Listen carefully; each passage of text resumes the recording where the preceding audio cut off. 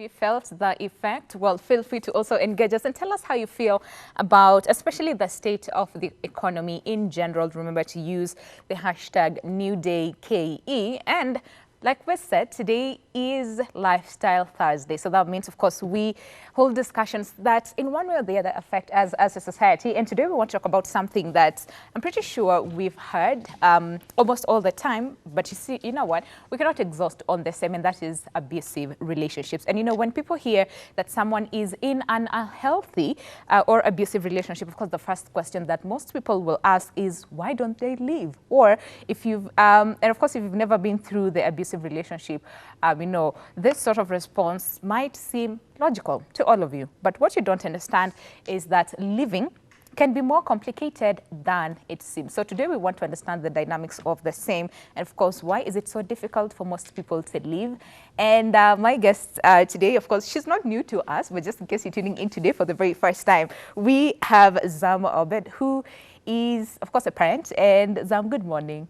Morning. Thank you very much for bracing the cold and coming by today. So you're well? I'm good. You're started out very well. The Yeah. day. Okay, karibu sana. Now, you know, Thank when we you. talk about abusive relationships, again, we've had this over and over and over and over again. We've seen people, we know people who are in abusive relationships. And I think the biggest question for all of us is, why can't you just leave? Si utoke tu, that is what people say. But again, it's debate, all right, Yeah. about the same. But can we just start with the basics in terms of, you know, just abuse in general? Of course, the perpetrator is involved, the victim is involved, and all those things. But it's, I think for most of us, what we understand more is on the physical. Yeah. But forgetting that there's so many other different types of abusive relationships. So can you just start from there? In a relationship, there are many types of abuse. Yeah. First and foremost, for me, in any relationship Yeah. where you have a partner putting you down, Okay. that is a form of abuse. Because in any healthy relationship, Yeah. you should cooperate, listen to each other. Yeah. When somebody has some view, try to listen and reason out. So anybody who puts you down has no good intention for you. That is one type of abuse that we are letting it go. Yeah. And that is the beginning of everything. Of trouble. You're right. Yeah. You're right. Yeah. When somebody puts you down the first time, your self-esteem goes down. And you say, it's okay, Yeah. maybe, but it is not. Maybe they're just having a bad day. Maybe something happened at work. Maybe traffic jam was just too much for this person. We sort of give reasons as to why it could have happened. As a person, you should not start justifying this Yeah. person's actions. At least you should look at it from your point of view. This is hurting, period. Okay. That is how you should start. This is hurting me, and that is all. And you should do something about it. But you see, for most people, I think the aspect of where do you draw the line in terms of, let's say this person is just having a bad day, or this person is abusive. Because you see, for most people, when you start dating and then, you know, this person is perfect. You do not see any flaw. You do not notice any red flags. This person is just perfect. And see, something is that, let's say people out there will notice, but they'll try to tell you, but you'll not want to listen because nitaki mazuri, you know? But then again, it continues to an extent where then this person, let's say, starts getting physical. And that is where you wake up and say, you know what, I noticed some of those things, but I didn't do anything. So I think for most people is then, how do you know that this is more of an abuse or this person is abusive as compared to, well, they're just having a bad day or, yeah, something just happened that probably they're stressed. They say love is blind, Yeah. but also love is careless.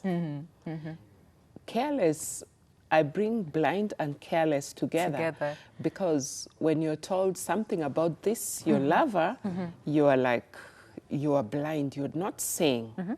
But also in that aspect of being blind, you are being careless. You are being careless because you are like, your mind is so focused that you don't care anything they tell you. Yeah. You don't care. And then when you see this aspect of love is blind, love is careless, then you don't see beyond what you want. You don't see beyond what you want. And most of the time, I mean, they tell you love with your mind, not only with your heart. Because like you said, the heart wants what it wants. So yeah. Okay then. So and most of the time starts with then aspect of emotional abuse where, like you said, someone tries to put you down in all ways. Whatever it is that you try to do, this person is not supportive. This person tries to make you feel that you're wrong almost all the time. But then again, I think I go back to then where do you draw the line in that, okay, fine, maybe this person sees things in a different way that probably I'm not seeing it, but tries to tell me, but I think it's an aspect of it's not what you say, it's how you say it. So yeah, if you try to put me down, then that should be a red flag. We're not saying that they're abusive at that point. That's a red flag that we should be cautious about. Okay, and then I think one of the most common is the physical abuse. And I think this doesn't just come out. It starts from somewhere. And it can start with emotional. And this person abuses you for a long time until then they become physical. Okay. In a relationship, when the relationship starts, I would caution, especially ladies, don't fall head over heels. No? No, Why? don't. Look at this relationship and try looking at the faults. Don't much concentrate I get on the good saying. of the relationship. Yeah. Try looking at the negatives.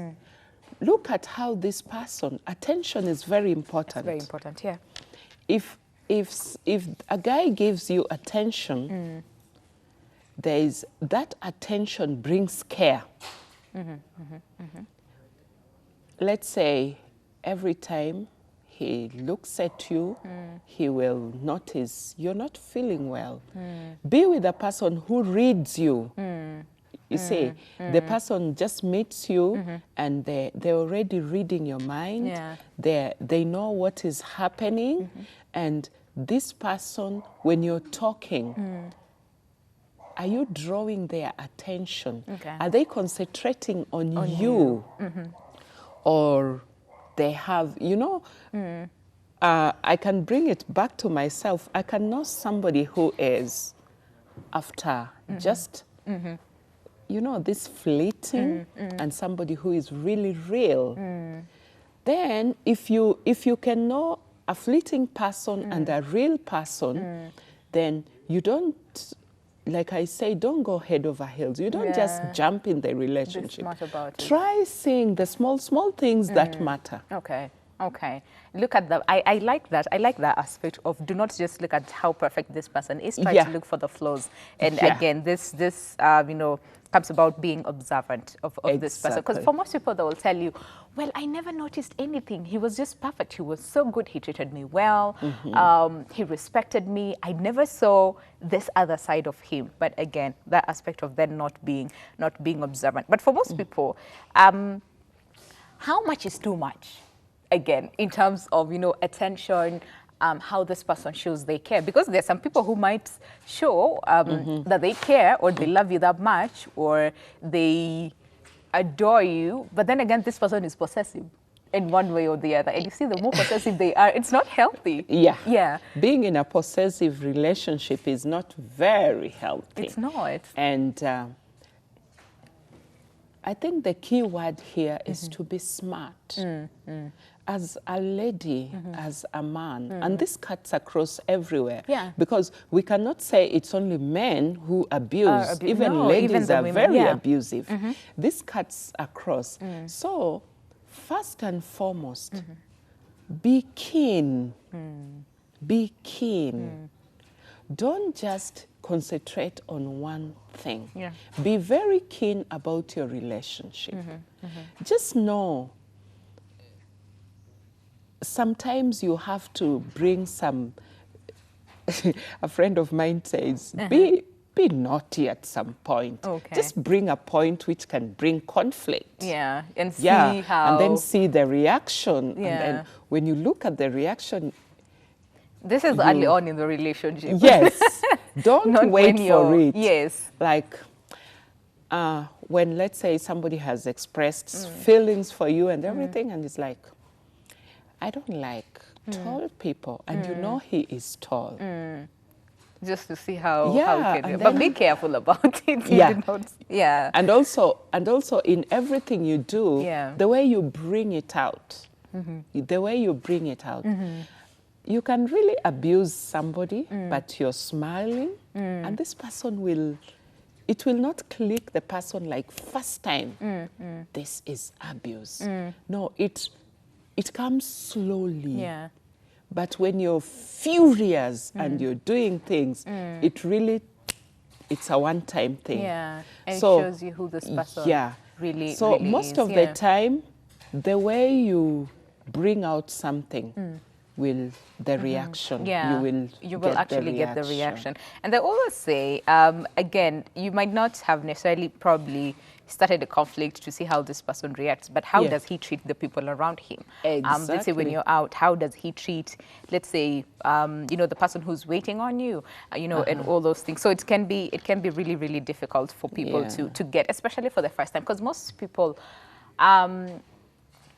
realize or come out and say, you know what, this person was abusive from the word go, but I did not see the signs, or I chose to ignore, thinking that he will change. Yeah. He will change. And on that note, we have to take a very short break. We'll come back with that aspect of hoping this person changes, but they never change. And by the time you realize this person has been either physical and probably caused, more harm to you. So we'll come back and discuss that a little bit. But remember, this is Lifestyle Thursday. We discuss matters that affect us as a society. And of course, abusive relationship is what we're talking about today. If you want to chime in, feel free. You can give us a call on 0791 478990. Send us a text message on 40920, or engage us as well on our social media platforms. We'll be right back with more discussion on abusive relationships. Stay with us. Right, welcome back. Glad that you are still with us. This is a new day, and just in case you're tuning in right now, of course, our focus today is on abusive relationship on this Lifestyle Thursday, and we just want to understand the dynamics behind it, because most of the time we tend to point fingers at the perpetrators, but not knowing that we don't know why.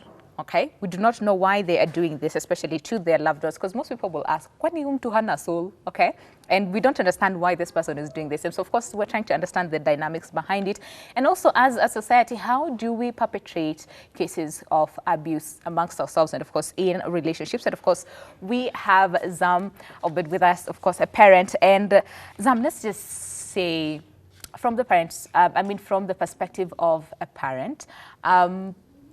Why do we think this happens most of the time? Why do we think people turn abusive? Is it because I know finances is one of the biggest issues, but and you of course, and of course being an activist out there as well, why do you think people do this? Okay, first and foremost, an abusive person is not born abusive. Abusive, it's true. Circumstances force this person to be abusive. And most of the time, when you see, as you're growing up, your lifestyle in your house makes you who you are today. Yeah, it influences you in one way or the other. Yeah. So, if let's say the man of the house is drunk, always drunk. All the time. When he comes home, he's shouting at the wife, shouting at the children, speaking carelessly, and is always, the way they behave. So these children, when they grow up, they come two people. They can choose. Yeah. Either to be like the father or not to be like the father. Or the mother. Exactly. And most of the time, when this is happening, the weaker partner does not have the strength to keep the children online. Yeah. So, in this situation, mostly the children grow up to learn what the What other they saw, partner yeah. was doing.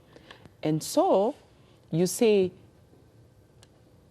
when you have an abusive husband, your son is most likely going to abuse their wives. Partner, yeah. And also, if you're a mother who is who has some characteristics which are not very good, be sure your daughter will have Also that. have the same, yeah, because the children learn. Because most of the time people think, oh well, they're too young, they don't understand anything, but forgetting that children actually learn from observing. And like you're saying, They learn what they yeah. live. Children learn what they live, and it is very important for parents. We think that our children do not understand. Yeah. Our children are very, very intelligent, and they are very observant, and they are emotionally very, I can say, fragile. Yeah. So anything you do in front of your children, be sure that is what they are going to observe. Yeah. to take up. Yeah. And then again, something else that probably might lead to cases of abuse is, we talked about background, where of course how you were raised up, of course, has an influence on the kind of person you will be. Either, like I said, some will follow what they know, and that is turned to be abusive, and others will choose not to, because that is not how they want to raise their family. Yeah. Let's talk finances. And how this can be a source of, abuse in a relationship. Okay, finances can be a source of abuse. It is not something that you lived with in the past. Finances is something which comes. And most of the time, in matters finance, the abuse comes from both sides. Okay. From both sides. You can, I'm sorry to say this, but most ladies, I was they about to say look this. for Yeah. the green part of the of the relationship. All right. No love, no finance, no love, and there is no understanding. And because we are talking about why finance is such an issue. Finance becomes so much an issue because your expectations are higher than your life than your at life. the moment. Yeah, and expectations. Whew.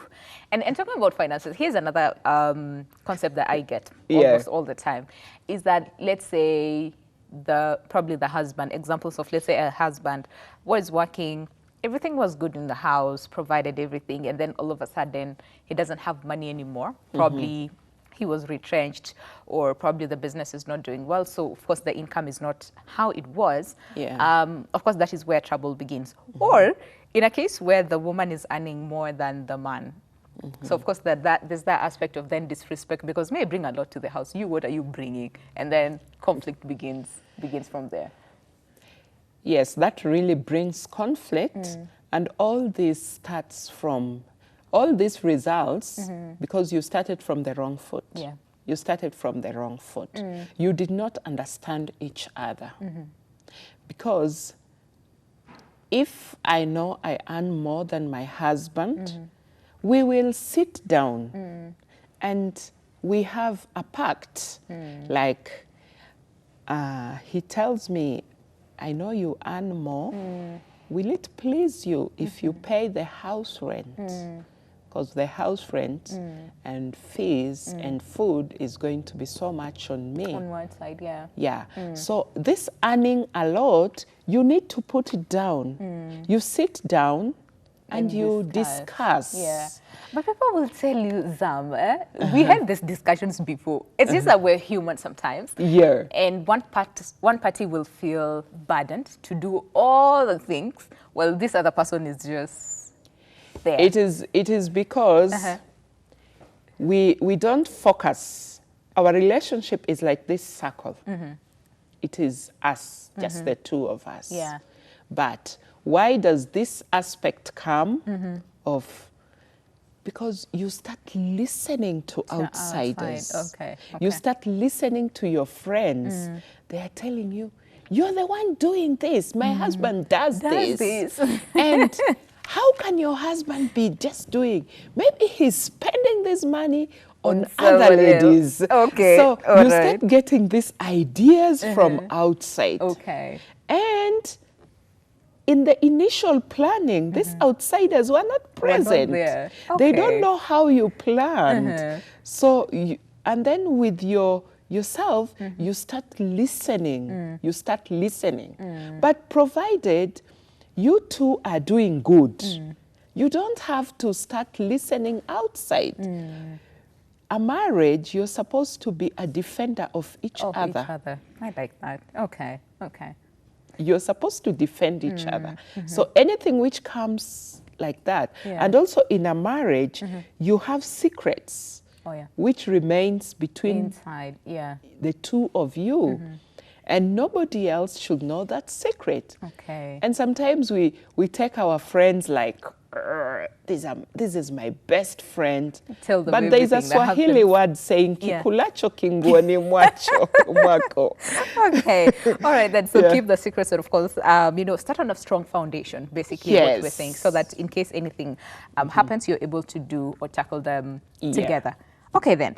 So, and most of the time when abuse happens, the victim would sort of blame themselves and say probably they caused it. All right, I probably did something that made my spouse, violent, or maybe I did this, maybe I provoked him, maybe I did this. So the question is it always the victim's fault in the case of an abuse? No. Okay. It is not your fault. And like when I sit with a group of women as we are talking, we are sharing issues. Okay. And they're like, my husband is always drinking, he's beating me and everything. I say, you are not the problem. He is the problem. Okay. You are not the problem. So what happens? Don't start blaming yourself. Because when you start blaming yourself, you will notice that your life is changing. Yeah. And it does not change for the better. Your life changes to the worse. You start withdrawing from people. You don't compliment your children. You start being angry at yourself and the ones who love you. You start acting weird. Let's say if you are an active church member, you stop going. You are like, everybody is seeing me. Everybody is seeing these that flaws. Shame and, Okay. And then it is all because you're thinking, I am the cause. It's my fault. I said this to him. I did not cook his favorite meal or her favorite meal. That is why this person became this way. Yeah, but it happens all the time. Like victims tend to sort of blame themselves in one way or the other. Now, can we talk about then from the perpetrator's point of view? We talked about an aspect of background, again, being a cause. Like, let's say this person grew up knowing that this is what happens. We're not justifying their actions. And we can never justify a violent or an abusive person's actions. But can we just talk about then some of the things, aside from background and all those things, that might influence this person to, to become abusive, or understanding why they are being abusive? That's another interesting aspect. Yeah. Because apart from, even if your upbringing makes you abusive, that does not justify you to start abusing your family. Abuse your lifestyle. What type of friends do you hang out with? What type of friends do you hang out with? It can also bring abuse. And then your family also. You see, sometimes in many marriages, you find the in-laws. They are a major factor. Yeah. They are always interfering with your marriage. Yeah. Little did they know when you were there at the altar, it was I do. And he not say, we do. I do. It is not we do. You see? Yeah. And then sometimes some men, they become very weak. And they succumb to the pressure of the family. Yeah. And that pressure makes him, you know, you come like, I am the man. Yeah. Okay. And you forget your covenant with your wife. Yeah. That I will always care for you. I will always protect you. But the pressure you get from your family, from your friends, and from the world. When I say the world, there is workload pressure, there is that financial pressure, maybe there is health problems. There are so many things that can contribute to that. Yeah, and even people were saying, I mean, there's an article that was written, okay, I read this, I think, late last year, where how economy is actually pushing people into abuse. Where things are tough, everything. Where can you understand maisha ni ngumu, you know? So some you know, people are saying, or they are relating abuse or abusive relationship or an abusive person to the economy as well. Now, so perpetrator, victim. But how again do we as a society perpetrate cases of abuse? Because like you said, I think when we started the discussion that we have sort of normalized abuse. That, oh, whether you're being beaten by your husband, that's normal. I mean, that's he's just being a man. Or I'm pretty sure you've had this where people in some communities say, if my husband does not beat me, then he doesn't, you know, he doesn't love me. So can we look at those dynamics where we as a society, how then do we perpetrate? Because sometimes people will tell you, I cannot go, I cannot leave my husband, or I cannot leave my wife because what will people say? And let's say this person is abusive, so you choose to stay in that marriage. This person is abusive because you're scared of what people will say outside. That aspect of what people will say, you should never live your life based on people's expectations. People's expectations are theirs. But your life, when you're being abused, you're by your own. When things are not going on for you, it is you in that house. So sometimes society, they look, you know, if a lady is divorced, they have a certain way they look at you. Like you are morally rotten, they just look at you at a very different perspective.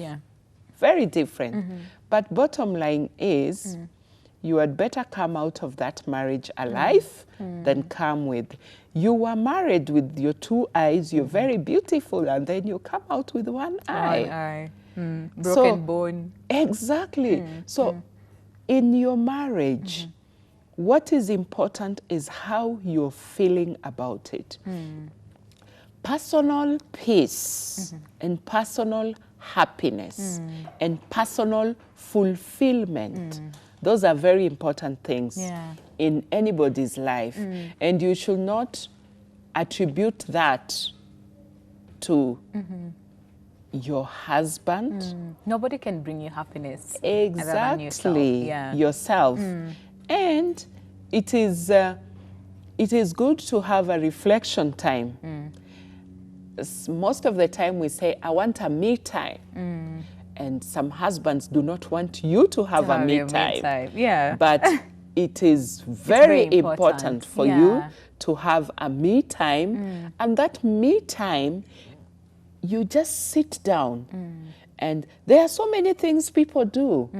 A me time, you can have a time of doing like yoga classes by your own. And it brings you reflection, it gives you peace, and you start seeing, oh my God, I'm on the wrong path. I'm doing this, I'm doing this. It is not right, because it is your inner self telling you. Don't go to somebody else to start telling you what is right or what is wrong. And society will always, they just want to see the silver part. but they don't know that there's there's something going on. Rusty things going on in the house. And we've also seen or heard parents who tell their children, once you're married, do not ever come back to this house. Because, you had issues with your husband or you had issues with your wife, so you come back home. Don't. Whatever is happening in that family, solve it on your own. It is better you have a live daughter coming back home and with society disgrace and everything that have a dead daughter. Yeah. That is very important. It is. Okay. Yeah. So one of the excuses that's, not excuse per se, then one of the things that people who've never been abused before, what we said when we started the show is, then why doesn't this person leave? So can you talk about why it's very difficult for people in abusive relationships to just leave? And one of the most common, I think we can just start with it, and you as a parent, you can just tell us your view on the same, is the children. I cannot leave my children. Or I cannot raise my children without their father, or I cannot raise my children without their mother. So that aspect of, children being the center, where you cannot leave, because if I leave, then what happens to my children? Can we discuss that? Is it healthy or is it not? Or do the children even know? Let's just start from there, because people think children don't know. I think it is not healthy to stay. Okay. Bottom line. Yeah, it is not healthy to stay. Children or no children, yeah. Whether they are children or not children. Let me give you the worst scenario here. Okay. I'm in a very abusive marriage because I have 4 children there. I cannot leave. So I am doing this because of my children. I want my children, I want to be there for them. Yeah. And yet I'm in an abusive marriage. Yeah. So what happens? One day, this man beats me up and whoop, I'm dead. Yeah. What sacrifice did I make for the children? For the children, yeah. In fact, what sacrifice is there? Yeah. They will suffer more. So this issue of saying I'm staying because of my children, it is not the right thing. Yeah. Because you are bringing up these children with a lot of bitterness. And at times, you're saying, I'm staying because of these children, but these children, they read you. They read your face, and they know things are not right. Okay. Yeah. And if you have a very good relationship with your children, I have seen, like, many families, the children are the ones who tell the mother, yeah, it's time to leave. So then how do you handle this? Because again, for most people, I mean, that aspect of just tearing the family apart and bringing children, I mean, those cases, you will have the children this weekend, I'll have the children this other weekend, you'll have children this holiday, I'll have children, on the other holiday. So that aspect of then moving children from one part to this other part, or introducing them, let's say this person decides to marry again, introducing then the children to this other partner, so it's very complicated, I would say. So then how do you handle this? And I want this from a parent's perspective. So then what is the best way to ensure that, fine, I do not stay in an abusive relationship and die, but then again, also consider my children and their feelings and all those things. So what do you do, or how do you handle the same? Okay. Or for you, it's just bottom line, don't stay. Or try to talk to them, First and foremost, you will sit down with the children, and sometimes the children are very young. Yeah. But the most important thing you should instill in these children's mind is, I will always love you. Okay. Ensure that they are protected and security and, My love for you is very important.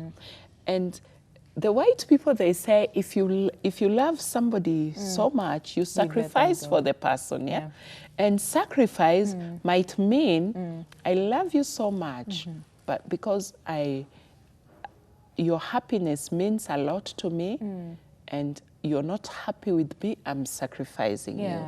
We are letting each other go, because of love. And this is what should happen.